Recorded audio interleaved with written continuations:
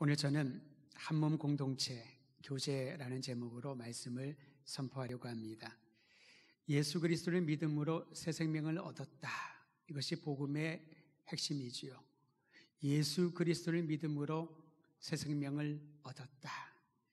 그런데 이 복음을 하나님이 베푸신 잔치에 초대받는 것으로 성경은 자주 묘사하고 있습니다. 특히 복음서에 그러한 내용들이 나와 있죠. 잔치에 초대받는 것.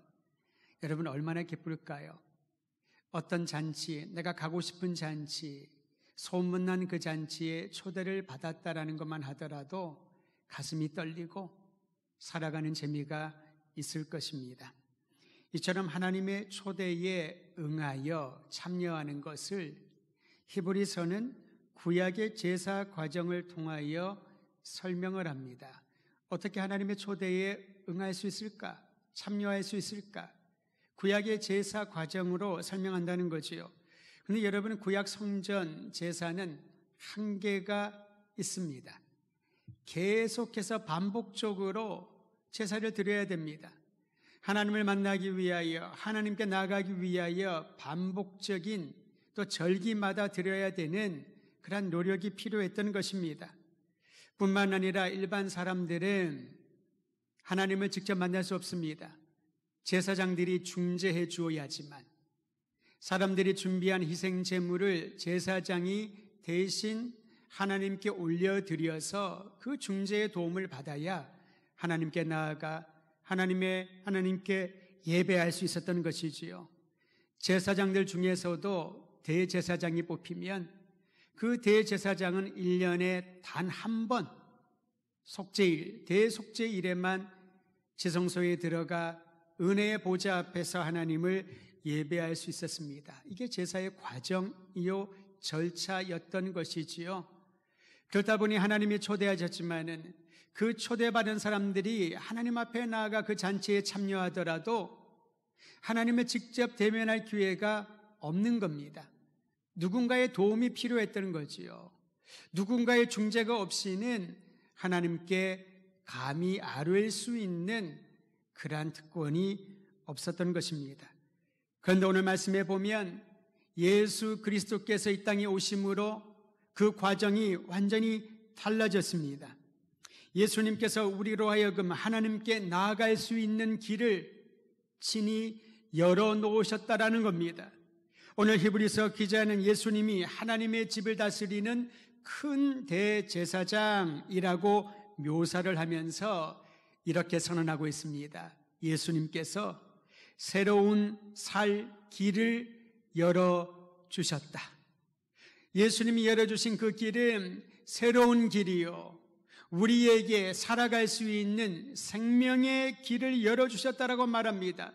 하나님께 접근할 수 있는 수단을 예수님께서 새롭게 만들어 주셨다라는 겁니다.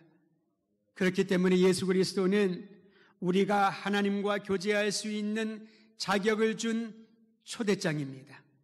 그리고 그 초대장 위에 보면 죄 용서와 은혜라고 하는 글씨가 선명하게 굵게 새겨져 있는 것이지요. 예수 그리스도의 이 초대장을 들고 있는 이들, 그 초대장 위에 쓰여져 있는 죄 용서와 은혜의 확신을 가지고 있는 이들은 이제 담대하게 하나님과 교제하며 하나님이 허락하신 아름다운 신앙의 공동체, 성도와 함께 교제하는 복을 누리게 된 것입니다. 여러분이 이 복된 소식 주신 하나님만을 찬양하는 이 아침 되시기를 주의 이름으로 축원드립니다. 하나님과의 교제, 복된 성도들 사이의 교제를 중요하다고 여기게 만드는 세 가지 동사를 오늘 말씀을 통하여 발견합니다. 히브리서 10장 22절과 24절에 보면은 세 가지 동사에 주목하시길 바랍니다. 저를 한번 따라 하십시오. 나아가라, 굳게 붙잡으라, 서로 돌아보라. 오늘 말씀을 들으면서 이 세 가지 동사가 우리의 마음과 삶 가운데 날마다 드러나기를 바랍니다. 나아가라, 굳게 붙잡으라, 서로 돌아보라 라는 것입니다. 하나님과의 친밀한 교제, 주의 초대를 받은 부르심을 받은 성도들이 잔치에 참여하여 함께 누리는 그러한 교제를 가능케 하는 세 가지 동사입니다. 여러분, 잔치에 초대를 받았는데 초대받아 혼자서 접시에 음식 담아가지고 구석에 앉아 먹는다면 얼마나 측은한가요? 그게 무슨 잔치의 기쁨을 누릴 수 있겠습니까? 잔치에 초대받았다가는 것은 음식에 대한 어떠한 행사에 대한 기대감도 있지만은 그곳에 오는 사람들에 대한 기대감과 기쁨이 큽니다. 간혹 어떤 분들이 이렇게 묻습니다. 목사님, 어떤 음식을 좋아하나요? 그러면 제가 주저하지 않고 답하는 것이 있습니다. 어떤 음식이 뭐가 중요할까요? 누구와 함께 먹는가가 중요하지요. 이게 바로 성도의 교제에 대한 우리의 삶의 연습이 아닐까 싶습니다. 때로는 분식을 먹을지라도, 값어치로 보면은 그리 비싼 음식이 아닐지라도 함께 교제하고 함께 먹고 함께 있는다는 것이 그리스도 예수 안에서 하나님이 허락하신 성도의 교제이요 축복인 줄 믿고 이 아름다운 교제를 놓치지 않기를 주의 이름으로 부탁드립니다. 첫 번째, 나아가라라는 동사에 주목해 보도록 하십시다. 하나님께 나아가되 참된 마음과 온전한 믿음으로 하나님께 나아가라는 것입니다. 아무 생각 없이 그저 의식에 참여하고 예배에 참여하고 그 한 시간을 때우는 것, 그건 하나님께 나아가는, 하나님과의 교제하는 예배가 아니라는 것이지요. 하나님께 나아갈 때 우리에게 두 가지를 기억하라고 합니다. 참된 마음을 가지고 나아가십시오. 온전한 믿음을 가지고 하나님께 나아가 교제하며 예배하라는 것입니다. 하나님께 나아가는 이들에게 요구되는 것은 외적인 의식이 아니라 참된 마음입니다. 이 마음에서 외형이 갖추어질 때 그것이 진실한 사람이라고 할 수가 있겠지요. 외형은 갖추지만은 마음이 다른 곳에 있거나 아예 마음이 없다면 외형조차 갖추지 않을 것입니다. 성경은 마음을 이렇게 말합니다. 삶의 중심인 동시에 생명을 뜻하는 단어가 마음입니다. 우리가 심장이라고 하지 않습니까? 마음이 뜨겁다, 심장이 뛴다. 이게 무엇을 말할까요? 그 마음은, 심장은 곧 생명을 의미하는 것이지요. 마음을 다하여 하나님을 예배하십시오. 번역을 하면 생명을 다하여 목숨을 바쳐 하나님을 예배하십시오. 우리의 예배가, 우리의 섬김이 그러한가를 살펴보아야 합니다. 구약에서 대제사장이 하나님께 예배를 드릴 때, 예물을 바칠 때에 희생 제물의 피와 관유를, 구별된 기름을 옷에 뿌리는 의식을 합니다. 이 의식은 하나님 앞에 나아갈 때 그 몸을 정결하게 하라라는 의식인 거지요. 희생 제물의 피가 관유가 정결하게 하는 화학적인 반응을 일으키는 것은 아닙니다. 이것은 하나의 의식이요 의미 부여라고 했습니다.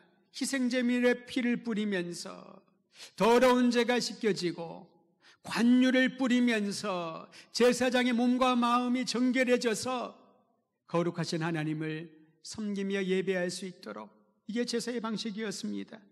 그런데 예수님이 오심으로 달라졌습니다.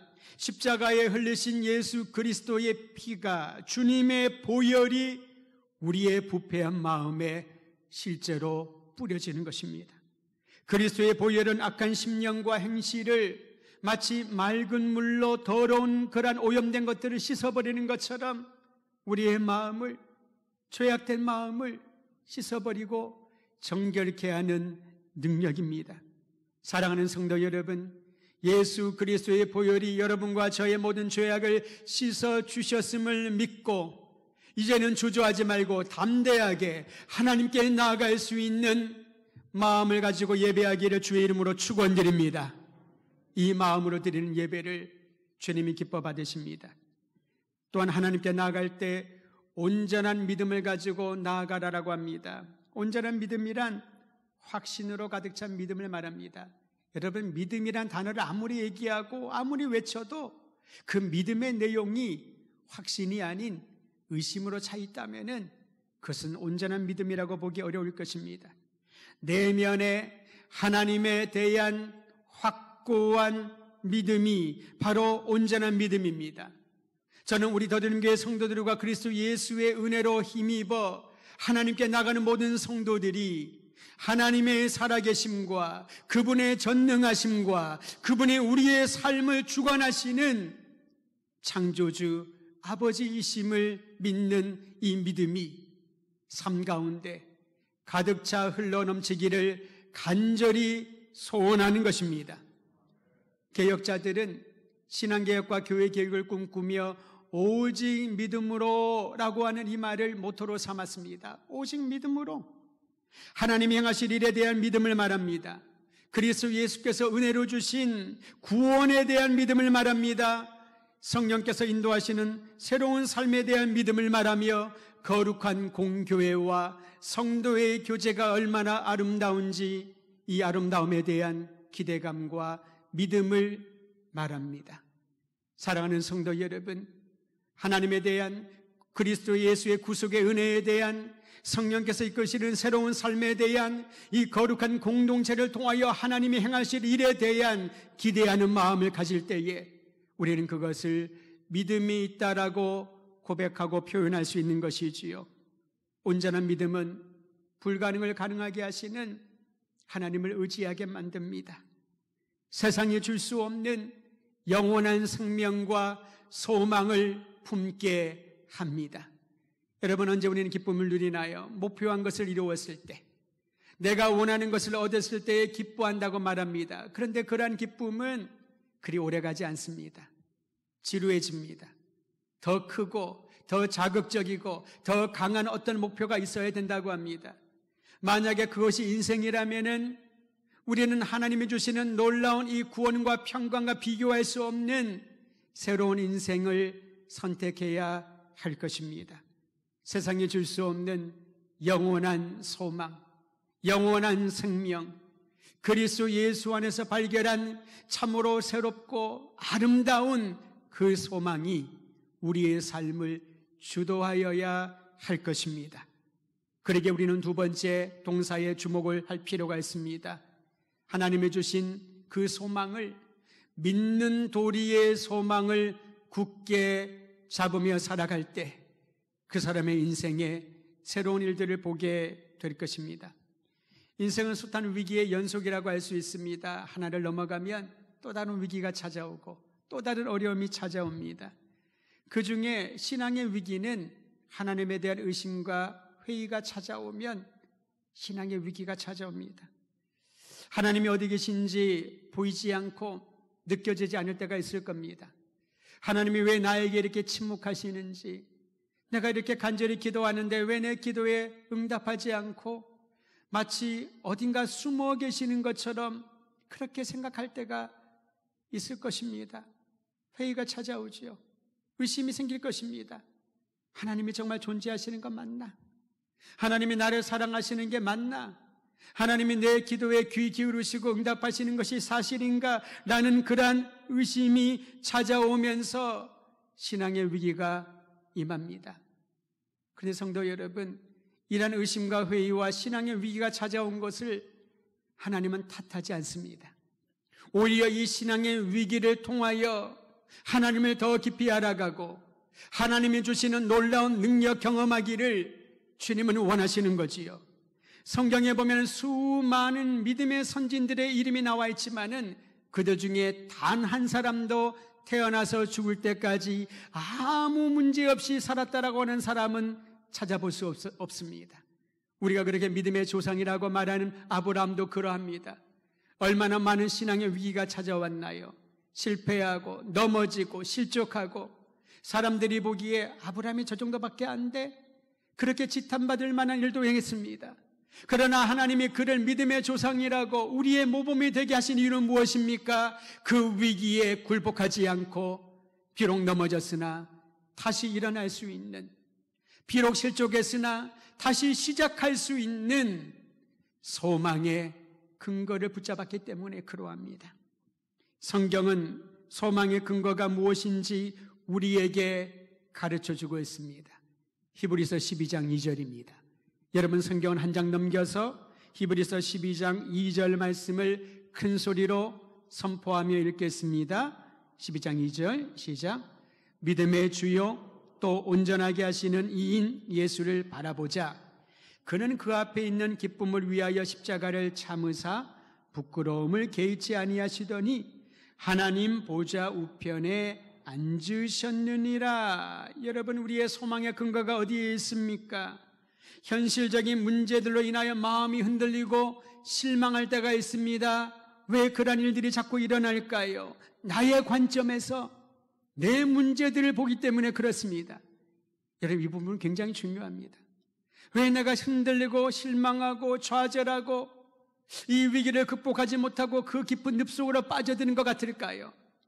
내 문제를 내 관점에서 보니까 내가 생각해도 하나님이 이러시면 안 되는데, 내가 생각해도 하나님 이때는 기적을 일으켜 주셔야 되는데, 내 관점에서 내 경험으로 내 기준으로 내 문제들을 보다 보니 실망할 수밖에 없는 것이지요. 근데 성도 여러분, 소망을 품는다라는 것은, 소망을 굳게 잡는다는 것은 하나님의 관점에서 내가 처한 상황들을 보는 것입니다. 하나님 주님의 뜻이 어디 있는지 나는 알 수 없사오나, 주님의 그 때를 나는 기다리고 있지만 언제인지 알 수 없사오나, 주님, 그러나 주님은 내 문제를 살피시는 하나님이시고 졸지 않고 주무시지 아니하고 나를 누구보다 사랑하시는 하나님이신 줄을 내가 믿기에 이 소망을 붙들고 주님 앞에 엎드리나이다. 주님 앞에 내가 간절히 기도하나이다.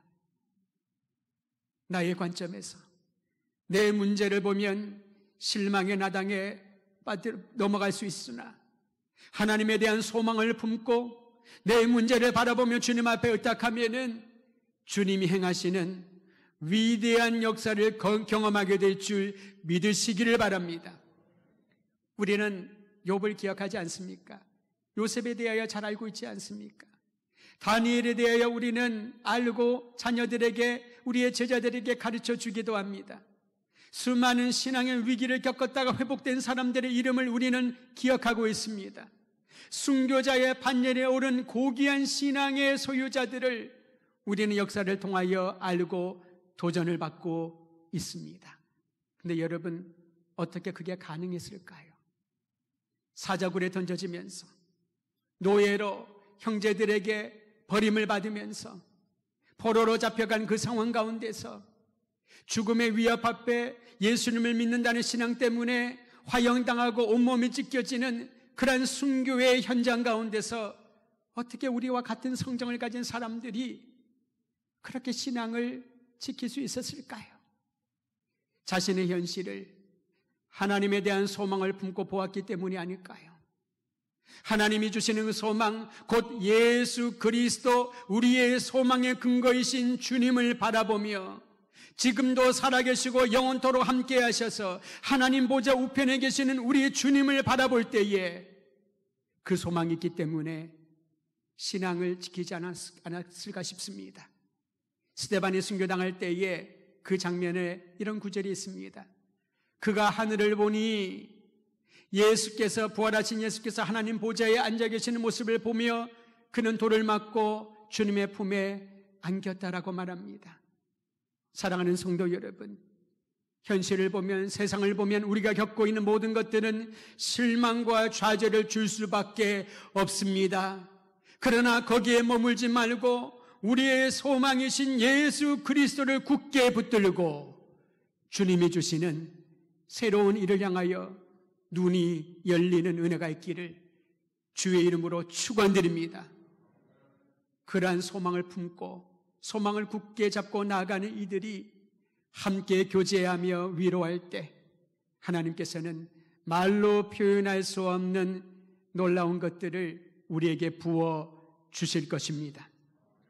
세 번째로 기억할 단어는 서로 돌아보라라는 단어입니다.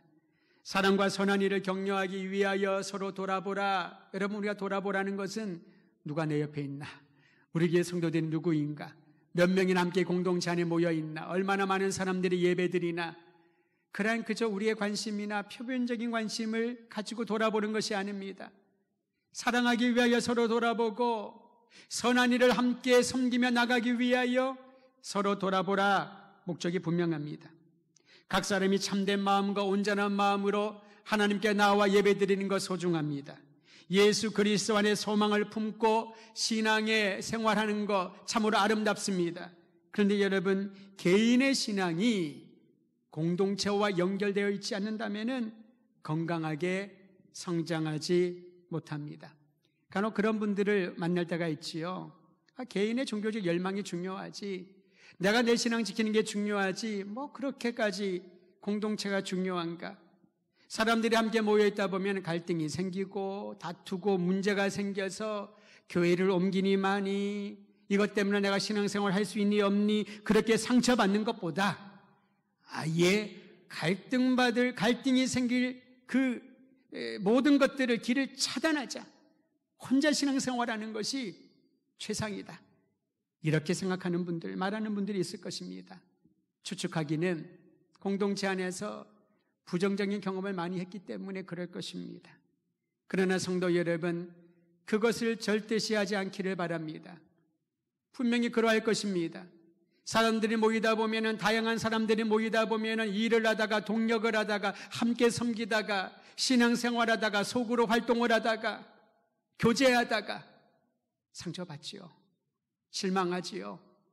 그것 때문에 신앙생활에 큰 영향을 받을 수도 분명히 있을 것입니다. 그렇다고 해서 내가 혼자 내 자신의 신앙을, 하나님과의 관계가 중요하지, 그것을 절대시하다 보면은 하나님이 공동체를 주신 아름다운 목적에 이르지 못할 것입니다. 역사를 보면 환경적인 이유 때문에 성도들이 그렇게 모여 예배드리고 싶어도 함께 모이지 못한 때가 있었습니다. 우리가 최근에도 경험하지 않았습니까? 전염병의 위기 때문에 그럴 것입니다. 또한 종교적인 이유 때문에 그런 적도 있었습니다. 초대교회 성도들을 위협했던 대적들은 유대주의자들이었습니다. 유대교의 율법을 목숨 걸고 지키고자 했던 사람들, 그들이 초대교회 그리스도인들을 박해하면서 어려움을 겪게 되지요. 여러분, 사도 바울이 선교 여행을 하며 복음을 전할 때 그를 쫓아다니면서 바울을 죽이려고 애썼던 사람들이 유대주의자들이었습니다. 정치적으로는 교회와 그리스도인들을 박해하는 로마 제국, 정치 권력의 박해가 있었습니다. 그런 상황 가운데 내가 그리스도인이요, 또한 그리스도인 공동체가 함께 모여 예배드리는 것, 참으로 어려운 일이었습니다. 오늘날도 신앙을 박해하는 그 나라에서 살고 있는 이들은 지하에서, 가정에서 예배를 드리며 함께 수많은 사람들이 모여 감격 가운데 드리는 예배를 드리지 못하는 그러한 때도 있습니다. 그러다 보니 사람들이 이렇게 얘기를 합니다. 굳이 우리가 그렇게 개인의 신앙만 지키면 되지, 굳이 모여서 성도 간에 교제하고 예배 드릴 필요가 있을까? 저는 개인적으로 이 굳이라고 하는 말을 그리 좋아하지 않습니다. 굳이 교회 가서 예배 드려야 예배인가? 굳이 성도들이 함께 모여야 그게 아름다운 교제인가? 굳이 그렇게까지 믿어야 되나? 나쁜 짓 하지 않고 선하게 살고 그저 내가 하나님의 말씀 읽으면서 그렇게 생활하면 되지, 굳이 그렇게 힘들어하면서까지 모여야 하는가? 그렇게 생각할 수 있습니다. 이러한 생각에 대하여 히브리서는 분명하고 명확하게 말합니다. 모이기를 패하는 자들의 습관을 따르지 말아라. 습관이 된다는 거죠. 처음에는 환경적인 요인 때문에, 개인적인 상황 때문에 그렇게 성도의 교제에 대하여서 처음엔 갈망하다가 시간이 지나다 보니 그게 익숙해져 버린다는 거지요. 모이기를 그만해도 괜찮다라고 하는 그러한 습관을 따르지 말자라고 지적을 합니다. 대신에 모이기에 힘쓰는 신앙 공동체, 모이는 목적은 하나라고 말합니다. 서로 돌아보아 사랑을 나누고, 서로 돌아보아 선한 일을 격려하며 그 일에 동참하기 위하여 모이라는 것이지요. 성경이 강조하는 것은 함께 교제하며 성장하는 행복을 누리라라는 것입니다. 여러분, 여기에 아름다운 주님의 복이 있습니다. 서로 교제하며 성장하게 될 것이요, 서로 교제하며 하나님이 주시는 아름다운 기쁨을 누리게 될 것이라는 거지요. 지난주에 우리가 2부 예배를 마친 다음에 교회 구석구석에 있는, 입당하여서 거의 17년 만에 처음으로 짐들을 끄집어내고 정리한 작업을 했습니다. 우리 담당하시는 우리 부서에서 또 장로님도 그렇고 저도 얼마나 많이 오실까. 왜냐하면 예배 끝나고 난 다음에 지난주 얼마나 더웠나요. 그 짐들을 하는데, 그래서 우리 담당 장로님과 그런 얘기를 했습니다. 우리 할 수 있는 때까지만 하고 또 못하면은 다음에 하더라도 할 수 있는 때까지만 무리하지 않게 진행하는 걸로. 근데 예배를 마치고 함께 모여서 그 일을 하는데 어디서 그런 분들이 오는지 한 분 한 분 모이더니요, 40명 이상 되는 분들이 그 일을 땀을 뻘뻘 흘리면서 온몸이 샤워한 것처럼 뻘뻘 흘리면서 봤더니 고등학생도 또 참여하다가 그리고 가면서 이런 얘기를 해요. 목사님 끝까지 못해서 죄송해요. 제가 학교로 돌아가야 돼서요. 저는 그런 모습을 보면서, 섬기는 그런 분들을 보면서 우리가 새로운 성장의 계기를 경험하게 되는구나. 함께하는 기쁨을 누리게 되는구나. 어떤 가정은 온 가족들이 함께 남아가지고 그 일을 하는데, 여러분 마음은 있지만 함께하지 못한 분들이 분명히 있을 것입니다. 그것도 동일한 성장의 계기라고 여겨집니다. 제가 지적하고 싶은 거는 아무 느낌이 없이 나와 상관없는 것처럼, 내가 무심한 그런 일처럼 느껴질 때에 성장의 기쁨을 누리지 못한다는 것입니다. 여기에 우리가 관심을 가져야 됩니다. 함께하지 원하지만 개인적인 사정 때문에 못하는 분들도 있지요. 성도의 교제는 함께하는 것과 더불어 마음이 서로 연결되어져서 같은 방향을 향하여 손을 모으고 마음을 보태고 힘을 보탤 때에 하나님이 우리를 자라게 하시는, 각 사람을 자라게 하시는 복을 누리게 될 줄 믿으시기를 바랍니다. 우리를 교회로 불러주신 분명한 이유가 있습니다. 히브리서 10장 24절과 25절을 제가 우리말 성경으로 한 번 더 읽어드립니다. 또한 우리는 사랑과 선한 일들을 격려하기 위해 서로 돌아봅시다. 어떤 사람들의 습관과 같이 우리들 스스로 모이는 일을 소홀히 하지 말고 오히려 서로 권면합시다. 또한 그날이 다가오는 것을 볼수록 더욱 그렇게 합시다. 공동체를 이루어 서로 돌아보게 하시고 사랑하게 하시고 선한 일을 격려하게 할 때 하나님 주시는 유익이 있다라는 것입니다. 그것은 다른 사람과의 관계 안에서 사랑을 느끼고 사랑을 나누고 사랑이 흘러 넘치는 것을 경험하는 유익입니다. 성장하게 하고 결실을 맺는 경험입니다. 여러분, 씨앗이 썩어서 그 싹을 틔우는데 얼마나 고통스럽습니까?